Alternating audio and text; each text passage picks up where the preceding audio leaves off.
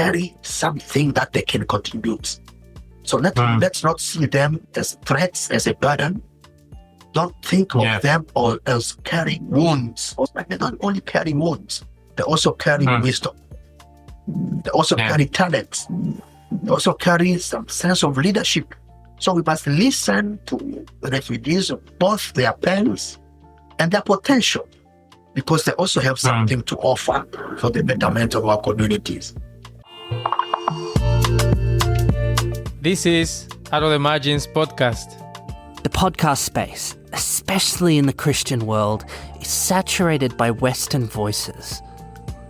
But if we want a diversity of thought to face the future together, we need to step back and hear voices from out of the margins.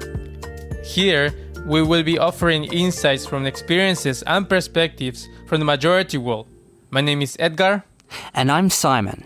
And on each episode, we will be bringing to you our conversations with pastors, leaders, and scholars from the majority world. This podcast is brought to you by Young Langham Australia.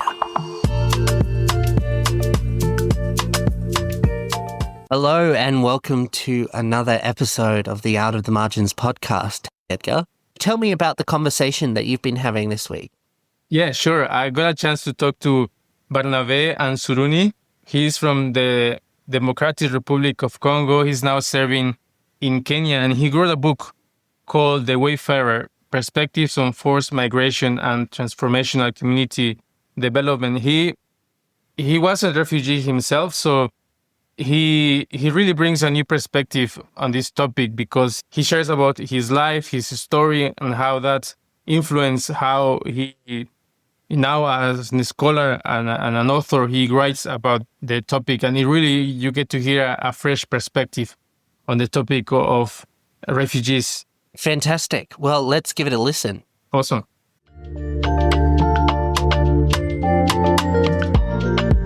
Well, hello. Thank you, Barnabé, for joining us in this episode of the Out of the Margins podcast. How are you? I'm well, Edgar. Thanks for having me. Well, to start with, can you introduce yourself to our audience and tell us a little bit about your family and your ministry? Okay, thanks a lot, Edgar. My name is Barnabé Anzuruni. I was born to refugee parents who fled the DRC. At that time, it was called, now we are DRC, Democratic Republic of Congo. And they fled to Burundi due to some political instability in the country. So I was born to refugee parents.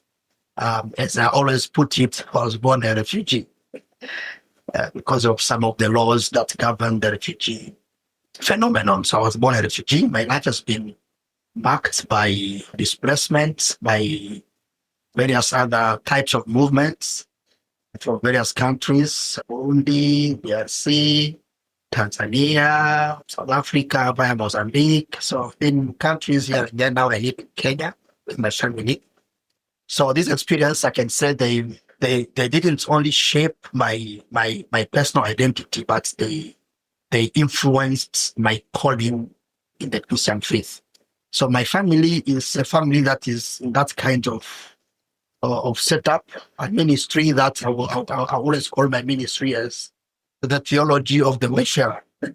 Because for me, I see it as I always embody a theology that's birthed out of movements, out of displacements, a theology that is birthed on the streets.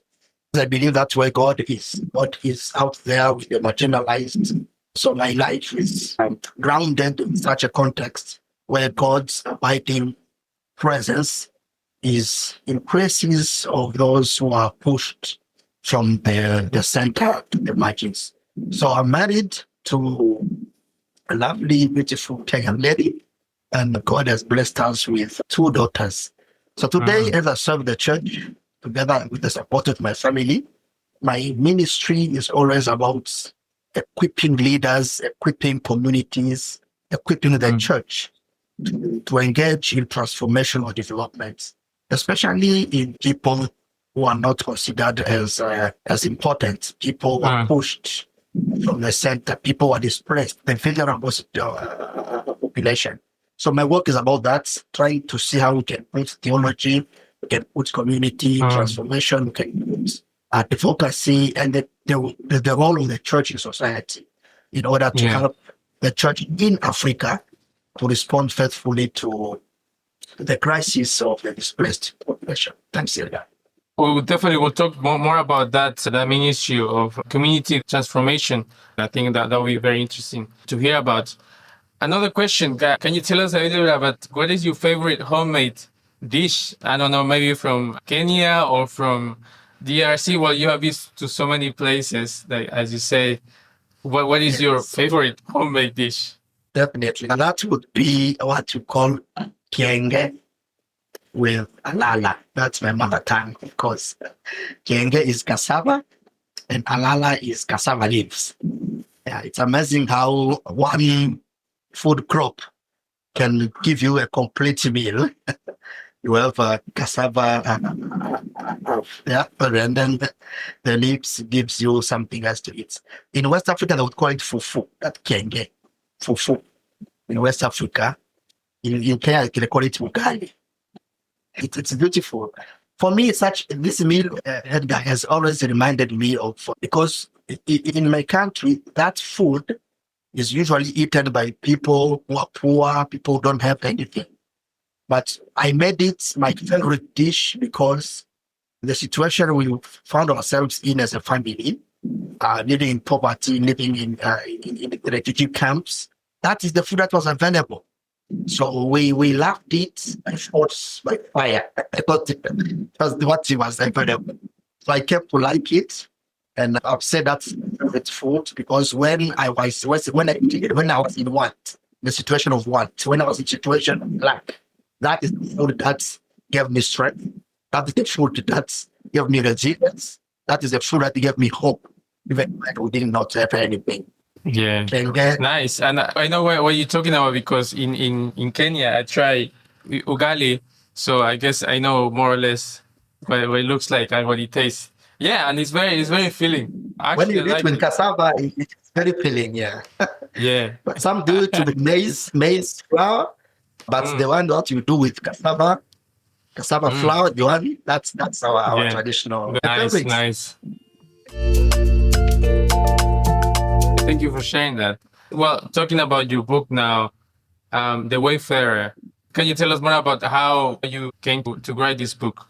Yes, the Wayfarer definitely is on one side a theological reflection, and on the other side is a personal testimony. So it was a way of trying to share my life with others and inspire them. So, but also we reflected on a few theological themes out there. So I wrote it because I believe the church needs a theology that works, a theology that, not just a theology that you find in some libraries, that dwells in some beautiful universities there, a theology that you find among the elites. No, I believe the church needs a theology that is on the move, a theology that is found in the refugee camp, a theology that you can locate at the border posts, a theology that you can identify with in an overcrowded city, a theology that speaks the language of the people at the bottom of the ladder. So that's what this book is about. I lived in many refugee contexts, in the camp, as a refugee, and so on. And so that all gave me that idea of saying, no, we need this kind of book. So I saw that the stories of wayfarers, the stories of migrants, the stories of refugees were largely not found in most books. Most books about migrants, Edgar, you will see they are written by scholars. Of course, I'm a scholar, cannot deny that at the moment. But the context of the book is different.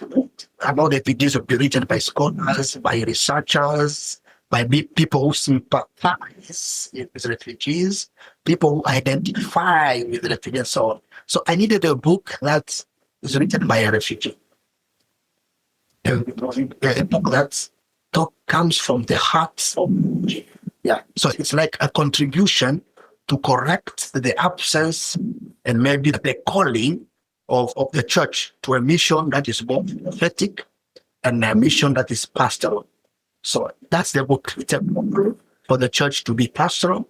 It's a call for the church to be prophetic, for the church to be missional.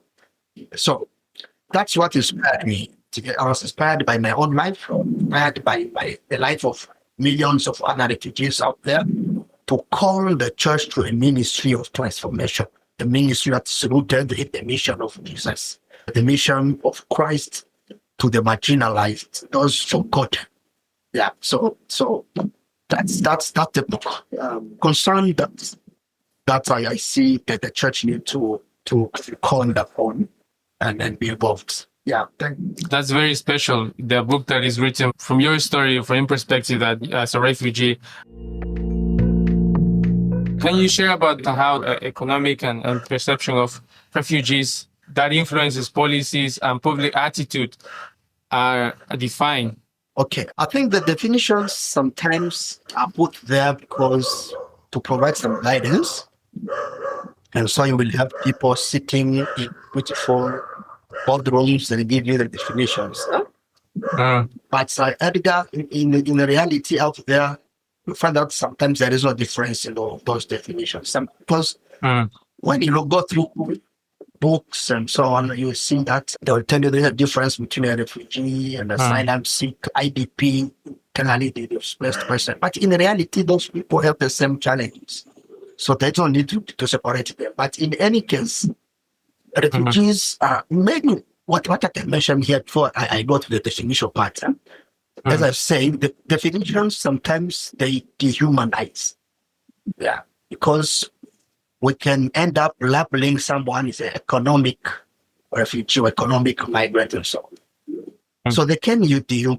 So, for example, for me, sometimes disagree with some definition. But of course, because when people are displaced, they can be framed sometimes as a burden. They can be seen as a burden or the resources that the country as the receiving country. They can be seen as a threat to the job market. Yeah. So you see, no, this one is not a refugee, is a economic migrant. This one is not a refugee, so and so is an environment something. So danger is to reduce someone's identity to what they don't have. You see, if I don't have a shelter, then my identity is now on me being a shelterless. I'm a shelterless because of the challenges. So most of the policies find that they are rooted in excluding people. They are exclusionary. And so you have now refugees who want now to be fighting for their own lives, even when they are outside their country. So the refugee is as sacred as everyone else. And I can bring in the Bible a bit there. Because when you look at the history of the exile or Exodus, I find out that this one that were commanded to care for the stranger because they themselves were once strangers. The book of Deuteronomy puts that a bit clearly. So for me, instead of asking what do they cost, we can actually ask what do they carry. See, why am I saying this? Because when we see a refugee, we see economic burden. We see them as a challenge to the already depleted resources and so on. Instead of seeing what they cost us, we, the receiving countries, let's see them in terms of what they have, what they carry. Because when you look at the refugees, they have skills, they have hope. They have stories they can share, faith. There's potential. So resilience.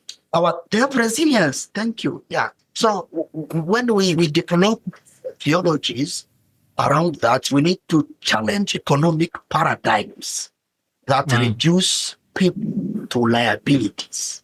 We need to challenge the framework that pushes people to nobody, to feeling nobodies. Sometimes they will feel nobodies and they're somebodies. So that feeling nobodiness makes people be excluded. So let's develop theologies that challenge that. And for the church now needs to uphold the God-given dignity that refugees have. I'm always don't agree with some of the definitions that I read in books, because when I read them, my thought is that these people have never been refugees. They just sit down there in different offices to start writing refugees like this, and I said the asylum seeker is like this, or an IDP is like this, just giving definitions, then what people do them because of policies. Generally, everyone has dignity, and it is God given. Challenge such definition or paradigm, definition or context and perceptions. Thank you. Thank you so much. I think you're right. The way that we perceive refugees, it will affect or dictate the way that we treat them, especially for the church, which is my next question. The church in Africa, how do they respond, or the opportunities that you see for the church in Africa to respond to this displacement crisis? Yeah, because the church in Africa is a church that knows suffering. That's how I can put it. Yeah, to start with. The church in Africa knows suffering. The church in Africa knows what it means to live in want. But despite the scarcity, despite the challenges that the church finds itself in, the church is still worshiping one true God. The church still has hope, and it instills hope. And so we have hope as the church. The theology of the church in Africa generally, and here I'm talking about the true church, because anyone who understands the context of the church in Africa, they will tell you about some misleading theologies out there. I'm not talking about such. I'm talking about the true church of Christ, which is preaching the true gospel of Christ. The theology of the church is not speculative, it is incarnational. That's why I'm saying the church in Africa knows suffering. Christ came as a suffering Christ. He did not keep his nature of being God, but he chose to come down to the level of the suffering human beings whom we are. And so the church in Africa is basically that, incarnational. And this helps us as the church to position ourselves so powerfully in order to respond to the displacement crisis, the refugee crisis, the many other crises that we find ourselves in as the church. So the church is well positioned because of that incarnational nature of the church, following the footsteps of Christ, who is our incarnational Savior. So when you look at in terms of some of the challenges of the refugee, we find that the church is always the first to respond. The church is always the first to respond. Before some international NGOs come from abroad or somewhere, the church will have gone there also to minister. The church would go there to offer shelter. The church would go there when the disaster strikes or when people have left their camp. The church will go there to offer a sense of community and spiritual support. So the church knows what suffering is about. And the church knows how to live in a life of want. The church knows that. Yeah. But our churches must move beyond the charity and solidarity kind of strategy. You see? So that we can become sanctuaries of God's shalom. So that we can become the sanctuaries of restoration, the hub of hope. Not only to respond when there is a need, not only to identify with those who have been displaced. So the church in Africa, of course, knows suffering. It is doing everything it can in the situation it finds itself in. And that can help the church to be not just to tolerate the stranger, is to embrace this church, to embrace the refugees as someone or born or and bearing the image of. The challenge is one: the church in Africa should not only embrace that theology of solidarity. The church needs to be a truest sanctuary for people to go and find the real home that they should desire. Yeah, and you mentioned Ubuntu. Can you actually share more about that concept and how it enriches that sense of solidarity and community? Yes, Ubuntu. Actually, Ubuntu, as I always put it, not just a philosophy, it is actually a way of life. It's a way of life. Sometimes when we conceptualize it, we make it an academic thing. No, Ubuntu is just a way of life. That's people in Africa being uninfluenced. Also, of course, I understand many are today influenced by many other academics, but uninfluenced by foreign ways of life and uninfluenced by foreign concepts. An African person is an Ubuntu person. So, of course, I discussed that. I discussed that in my book as well. And the idea I wanted to show that we as a people are interconnected. And therefore, hospitality should be something like a shared humanity to us. Yeah. Ubuntu, when you look at it keenly, you find that it is actually in line with Christian theology. And that's what I wanted to explain in the book there. Because Ubuntu promotes holistic community engagement.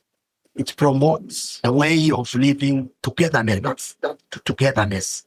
When we say I am because you are, it means we are interconnected.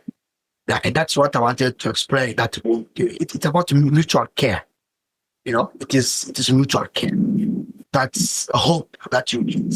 Yeah, it's an antidote to exclusion, And so it gives us that picture of the community that we see in Acts chapter 2, where believers held all things in common and they shared everything. Yeah, so that's what Ubuntu teaches us. It teaches that when you are a refugee, you are not a threat.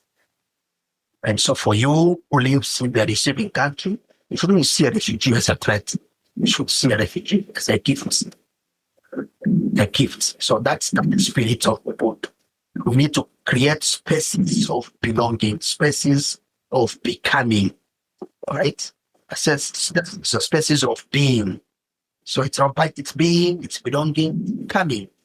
Yeah, so in the context of displacements, all that can be explained with the idea of Ubuntu. So yeah, so hosting refugees in the context of Ubuntu is not just ethical, it is theological.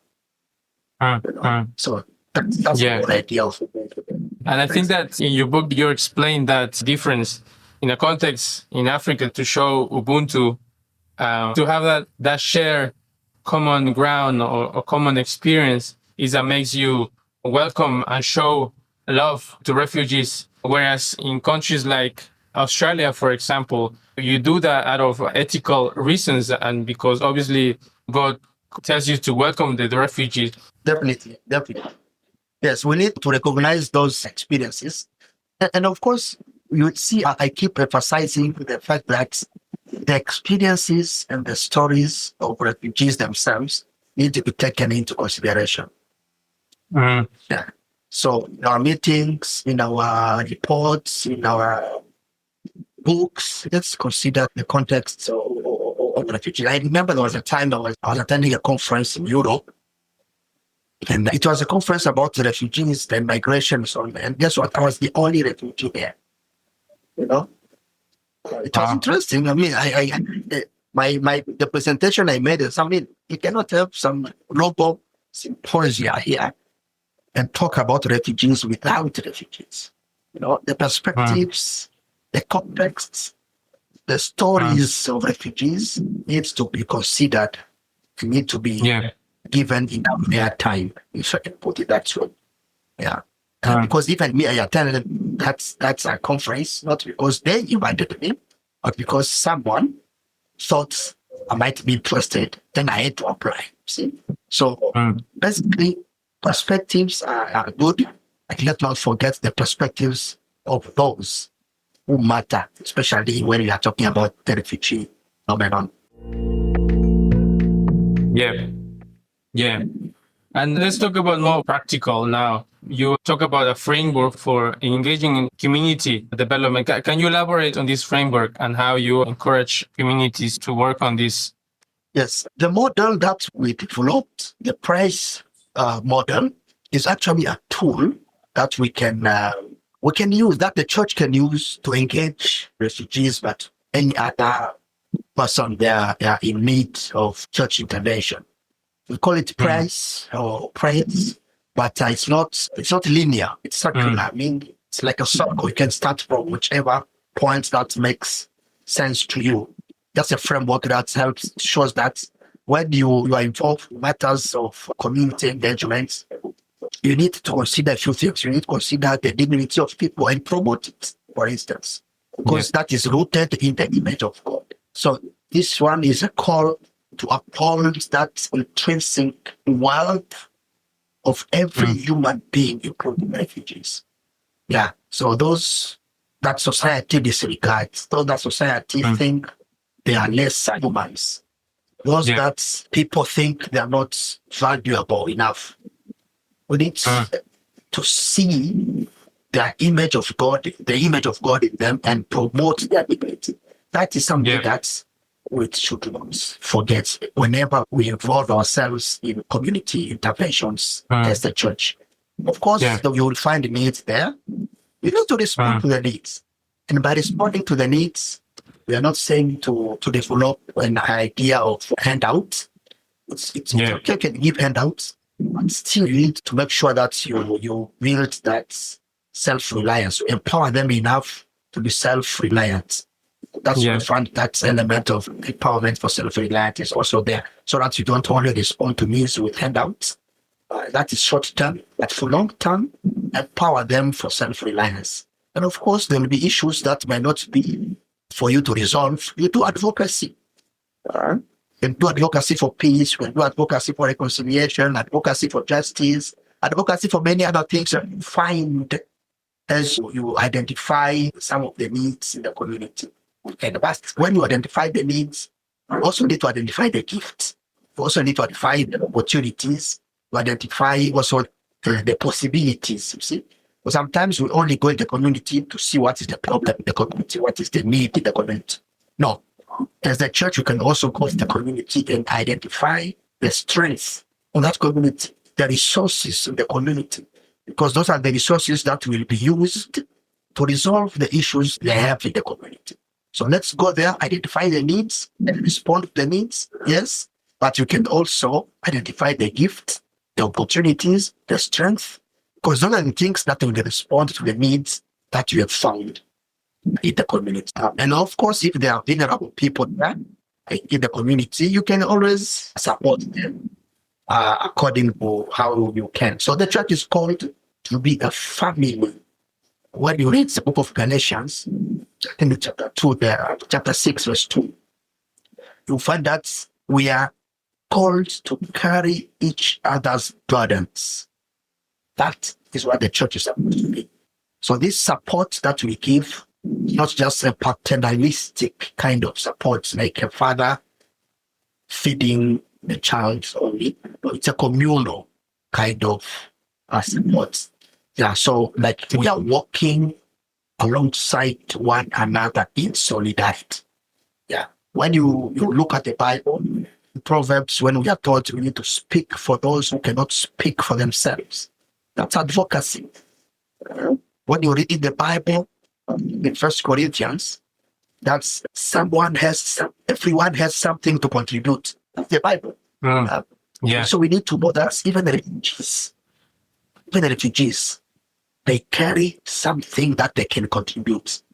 So let's not see them as threats, as a burden. Don't think of them or as carrying wounds only. Of course, the refugees have wounds, but they don't only carry wounds. They also carry wisdom. Yeah. They also carry talents. They also carry some sense of leadership. So we must listen to refugees, both their parents and their potential, because they also have something to offer for the betterment of our communities. So these are some of the things that we need to help the church understand. I'm always inspired, Edgar, by verse 8 of John 5. Right? Jesus didn't only heal. When you read the book of John chapter 5, he didn't only heal, but he restored agency. He restored agency. So when Jesus heals, he gives you a sense of agency. So you are now, you can do something for yourself. That sense of agency. That's why when we talk about empowering refugees and the vulnerable for self-reliance, we are saying we need to give them what we have, Jesus, not silver and gold, but give them Jesus, because it's Jesus who heals and he heals completely. So true transformation happens when people are empowered to shape their own futures. That's transformation. When they're empowered to shape their own futures, when they're empowered to rebuild their own lives, their own community with dignity. Now that is holistic, sustainable transformation. And that's what we call the church today. So this price framework, Edgar, if I can quickly summarize that. It's a framework that we believe through it, the church becomes not only a place of refuge, but the church becomes a catalyst for restoration. It's a framework that will help the church create with God spaces of flourishing, spaces of hope. Even if people are in exile, even if people are in the refugee camps, when we use this kind of framework in our own context, in our own way, using our own resources, we are being good co-workers. It's a framework that is biblically grounded. It's a framework that is context sensitive. And it's a model that helps the church to go beyond charity and embrace what it means to be transformative. Thank you for sharing that. What message would you share with the church in the West about the role in promoting community transformation and upholding the dignity of refugees? Thanks a lot, Edgar. I may not know much about the context of the West because I've never been a refugee in the West. But generally, I've heard, I've read, I've seen. And so at least I have something to share as well. So to the church in the West, what I can say is that be present. Be present. Because the global church is one body. If one part suffers, this is the Bible, I'm not just reinventing things. If one part suffers, all suffer. Paul says that when writing to the church in Corinth. So it's still the same reality, the same concept, the same context. So what I would emphasize is do not merely outsource compassion. Not just donate. See? Engage. Because the church in the West is good at donating, at helping, sending, Engage. Listen to refugees' voices. There are so many refugees in the West. Engage. Church, engage refugees. Listen to their voices, listen to their stories, learn from their faith. Let their witness shape your theology. Remember, as I said earlier, Edgar, we shouldn't be happy with a theology that is born or birthed out of libraries, out of beautiful offices and boardrooms. Let us engage with a theology that is birthed and roots from your lovely country to the country of destination. Let us be engaging with a theology that is on the move, a theology that is with the people, the downtrodden, the forgotten. That is a theology that the church should do. So the Western church has resources, but the displaced church has perspective. Resources plus perspective, it's a beautiful. So when these are brought together, I believe that community healing will happen. You have resources, we have a perspective. Healing will happen. Yeah. So Christ was a refugee in Egypt. So when you welcome a refugee, you welcome Christ himself.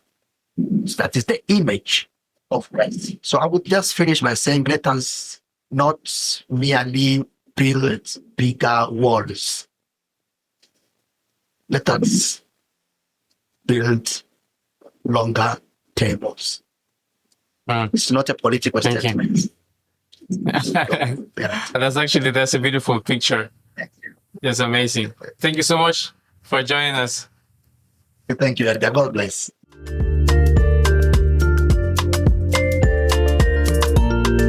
So, Simon, what do you think of the conversation? I think this was a great challenge to us as the Western Church. I know that here in Australia, but certainly in a lot of other Western churches, the way that we've treated refugees has been certainly less than perfect. And I think this just really gives us an ultimate challenge to recognize, that these refugees in the church are our brothers and sisters, that they experience a hardship and a difficulty that our Lord Jesus actually faced himself. And so I thought that sort of incarnational theology was really, really helpful to remember that the Lord Jesus became a human being who himself, as a child, was displaced from his home and had to leave his country to escape persecution. And so to recognize that, we worship a God who experienced that, and it doesn't make Christ lesser because of being a refugee, and certainly it doesn't make our brothers and sisters, especially those from the majority world who experience displacement, any less either. Yeah, exactly. And it's just so amazing the perspective that Barnabé offers. He reminded us of the potential that people have. Even if they are in need as refugees, they still have potential. They have dreams. They have the capacity to make an impact in societies. And I think that's also important to remember. And I myself was a foreigner in Australia. And even though I had resources and I also was legal, I want to emphasize that sometimes with Mexicans, we can get a bad reputation. Yeah. Anyway, I just want to thank Australia for receiving me and embracing me and giving me the opportunity to contribute in society. And I think that's a blessing, but unfortunately, not everyone have the same opportunity. And I think that it's just good to be reminded that still people have that potential. And we as Christians, the church needs to see that and help where they can. Absolutely. Now, this season, we have had a major focus on books. And so if you would like to engage with literature like the book that we heard about today, you actually have the opportunity to join the Langham Book Club, a new initiative that we've been starting this year. Here's how the book club works. Every 2 months, we will read a new book published by one of our Langham scholars or authors. You will receive free access to the ebook, get access to an exclusive Facebook group, and be invited to monthly Zoom events to discuss the book and meet with the author themselves. So if you'd like to start engaging in conversations just like the one that Edgar had, you will have the opportunity. You can sign up for free and access the club at au.langham.org/getinvolved/book-club. Also, continued conversations like this cannot happen without the generous donations of people like you. So we would really love you to take it into consideration if it's in your capacity to donate. So if you are interested and so inclined, please consider making a donation at au.langham.org/donate. Awesome. And please leave us a review. That really will help the podcast to get the word out for other people to hear about us. And and share the episode with someone you think they might enjoy the episode. And thank you again for listening. We'll see you next time. See you next time.